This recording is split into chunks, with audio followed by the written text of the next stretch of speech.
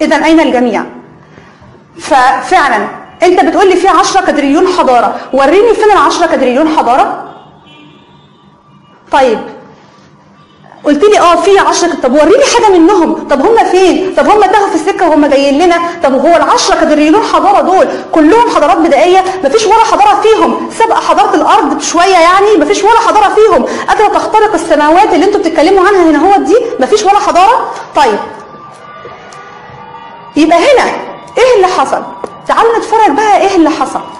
هي الفكره عندي مش في النظام ده كله، ولا الفكرة عندي في انه هي مركزية ولا مسطحة ولا مقعرة ولا شكلها زي البطيخة. هي الفكرة عندي في عدة انواع من السرقات حصلت.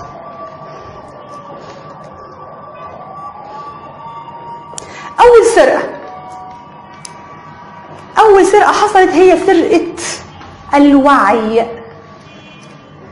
من وانا صغيرة بيقولوا لنا انه مفيش، انت شايفه ايه؟ انت شايفه الارض ممتده قدامك؟ لا حضرتك مفيش حاجه اسمها ارض ممتده قدامك ولا في اي حاجه من دي خالص.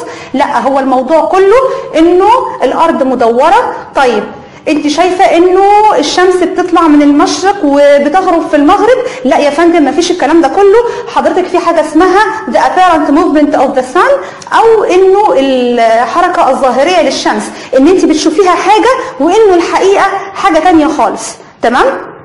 فهنا حصل سرقة للوعي. فأنا من بداية طفولتي مع تكرار هذا الكلام، وأظن إن إحنا كتير أطفالنا صغيرين يبتدوا يسألونا الله طب معلش يعني أنت بتقولي لي يا ماما إنه الأرض بتلف حوالين مركزها بسرعة معينة بتختلف عن سرعتها اللي بتلف بيها حوالين الشمس، وإن الأرض والشمس بيلفوا حوالين مركز المجرة، وإن الأرض والشمس والمجرة بيلفوا حوالين مركز الكون، وإن هما بيلفوا وكل نجم في حد ذاته بيلف بسرعة مختلفة.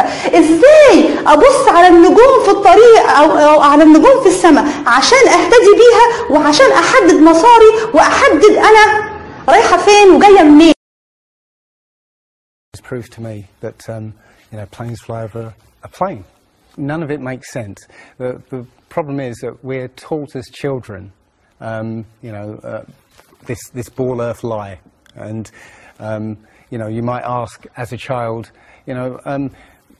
what about the people in Australia? They're standing on the bottom of the globe, won't they fall off? And your teacher says, no, gravity. And you go, oh, okay. And you never go back to that question. But when you go back to it as an adult and start looking at it with a critical eye, right, the whole thing falls apart. As you say, the globe is spinning at 1,000 miles an hour. Neil deGrasse Tyson, who's a leading astronomer in America. I'm Neil deGrasse Tyson, bitch. Tells us that the Earth is not a perfect circle. It's actually an oblate spheroid. It's squashed and wider at the equator. Yeah.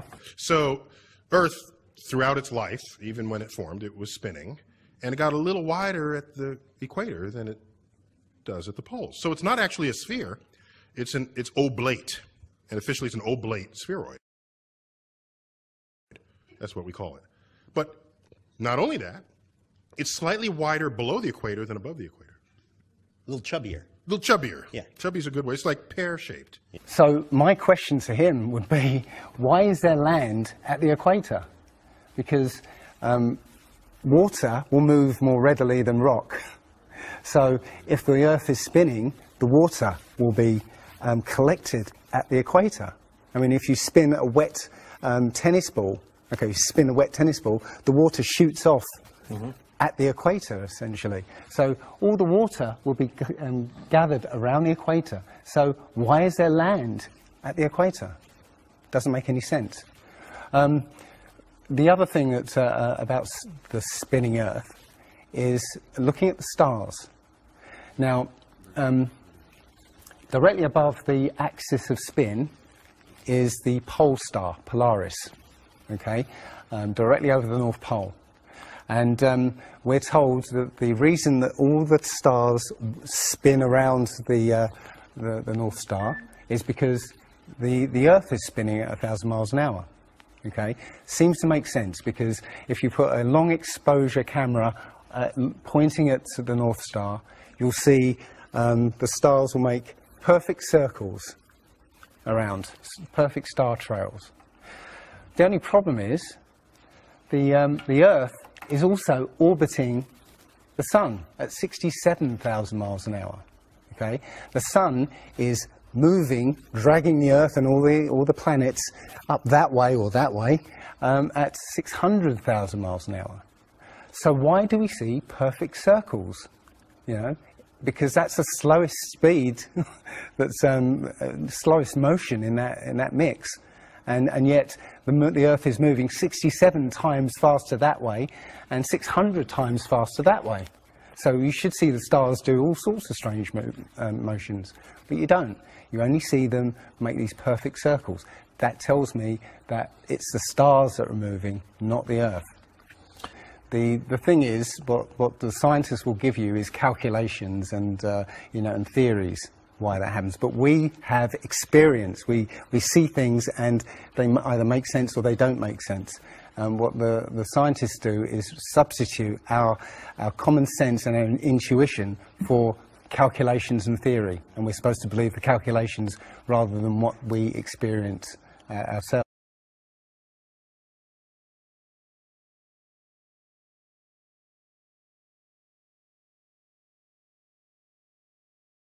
He's explaining stuff, but he says something really interesting, so let's check this out. As we get further away from Earth, we'll pass through the Van Allen belts, an area of dangerous radiation. Radiation like this could harm the guidance systems, onboard computers, or other electronics on Orion. Naturally, we have to pass through this danger zone twice, once up and once back. But Orion has protection. Shielding will be put to the test as the vehicle cuts through the waves of radiation. Sensors aboard will record radiation levels for scientists to study. We must solve these challenges before we send people through this region of space. Wait a minute. We must solve this issue before sending people through this space? What happened during the moon missions? Didn't they go through the Van Allen belt as well? So, I don't know. Just wanted to point out this discrepancy where in this video, this guy is talking about how the equipment can fail and the navigation can fail and we're going to have to figure this out before we put people through it. Well, what's to figure out? Didn't you guys figure that out like 50 years ago or something? Just very strange that they would say that. Did they spill the beans? Maybe. Well, if you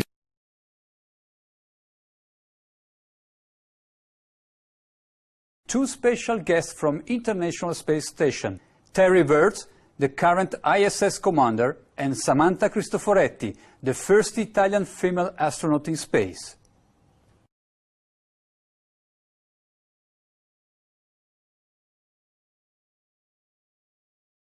Hi Terry, buongiorno Samantha. Thank you very much for joining us on Euronews.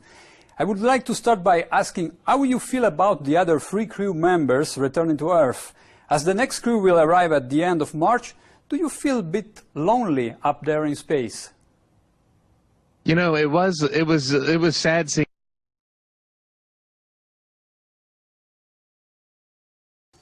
And what comes after the International Space Station once its mission is over? How do we ensure the presence of humans in space? Well, that's a great question. The plan that NASA has is to build a rocket called SLS, which is a heavy lift rocket. It's something that is much bigger than what we have today, and it will be able to launch the Orion capsule with humans on board, as well as landers or other components to destinations beyond Earth orbit. Right now, we only can fly in Earth orbit. That's the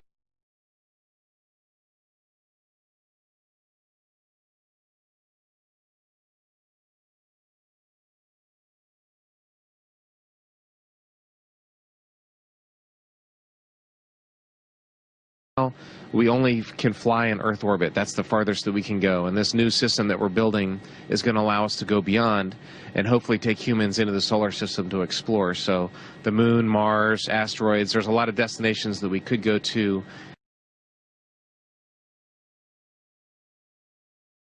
And we're building these building block components in order to allow us to do that eventually.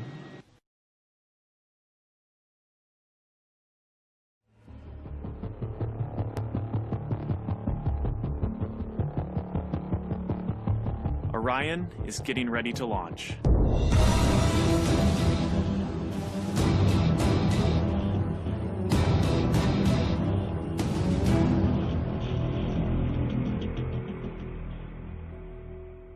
My name is Kelly Smith, and I work on navigation and guidance for Orion. Orion is NASA's next-generation spacecraft. Built with versatility in mind, it can take astronauts deeper into space than we've ever gone before, to an asteroid, or even onto Mars. For these missions, Orion has to be one tough spacecraft, withstanding high speeds, searing temperatures, and extreme radiation. Before we can send astronauts into space on Orion, we have to test all of its systems. And there's only one way to know if we got it right. No astronauts will be aboard. The spacecraft is loaded with sensors to record and measure all aspects of the flight in every detail. It all begins with launch, aboard a Delta IV Heavy. The spacecraft and the upper stage begin their first lap around Earth. Mission Control in Houston is monitoring the progress of the flight. Orion's over 100 miles up and going about 17,000 miles per hour. Just as it passes over the Indian Ocean, we lose communication. As we get further away from Earth, we'll pass through the Van Allen belts, an area of dangerous radiation.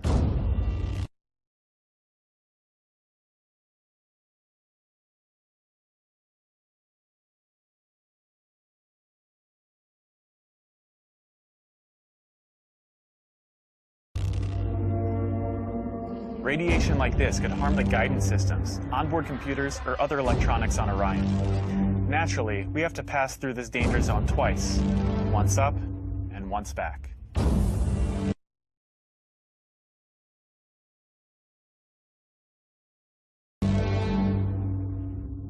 But Orion has protection. Shielding will be put to the test as the vehicle cuts through the waves of radiation. Sensors aboard will record radiation levels for scientists to study. We must solve these challenges before we send people through this region of space.